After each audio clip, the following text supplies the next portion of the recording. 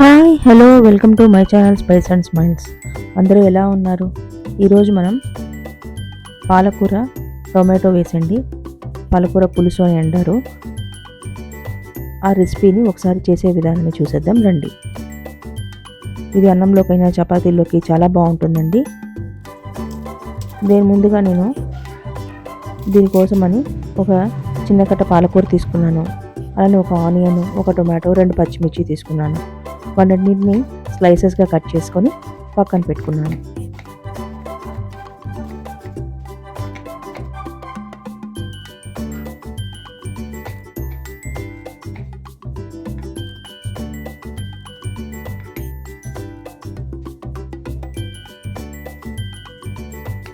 ఇది కట్ చేసుకున్న తర్వాత నేను ముందు పాలకూరని కూడా నేను క్లీన్ చేసుకొని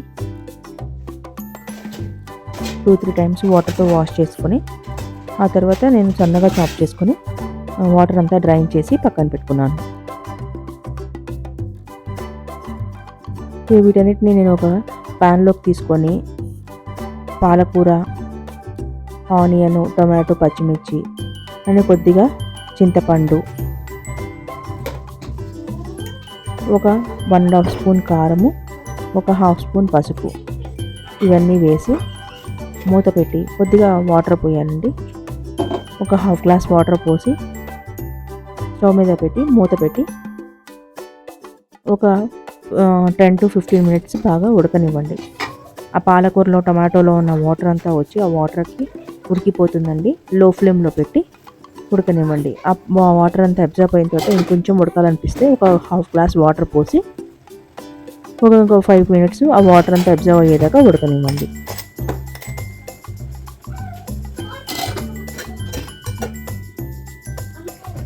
ఇలాగ వాటర్ అంతా అబ్జర్వ్ అయిన తర్వాత పప్పు గుత్తిని తీసుకొని లేదా స్మాషర్ ఉంటే కొద్దిగా లైట్గా స్మాష్ చేయండి. అలానే ఈ టైంలో కొద్దిగా ఒక 1 స్పూన్ సాల్ట్ వేసేసి మిక్స్ చేయండి. ఇప్పుడు దీనికోసం నేను ఒక పోపు వేయాలండి. దానికోసం ఒక ప్యాన్ తీసుకొని దానిలో ఆయిల్ వేసి అందులో ఒక 4-5 వెల్లుల్లి రెబ్బలు, అలానే పోపు దినుసులు, మినపప్పు, పచ్చెనపప్పు, ఆవాలు, జీలకర్ర ఒక 1/2 స్పూన్ వేసి ఒక ఎండుమిర్చి వేసేసి ఇంకా అయిన తర్వాత కరివేపాకు వేసేసేయండి. దీని అన్నిటిని ఇప్పుడు కూరలోకి మిక్స్ చేసేసేయండి. ఈ వీడియో నచ్చితే తప్పకుండా లైక్ చేయండి, షేర్ చేయండి. ఇలాంటి మంచి రెసిపీస్ కోసం మన ఛానల్ తప్పకుండా సబ్స్క్రైబ్ చేసుకోండి. ఇలాగ బాగా మిక్స్ చేసేసి మూత పెట్టి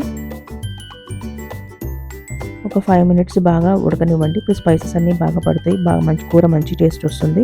ఈ విధంగా పాలకూరతో ఈ విధంగా ట్రై చేసి ఎలా ఉందో తప్పకుండా నాతో షేర్ చేయండి. లైక్ చేయడం మర్చిపోవద్దు. ఉంటాను, బాయ్.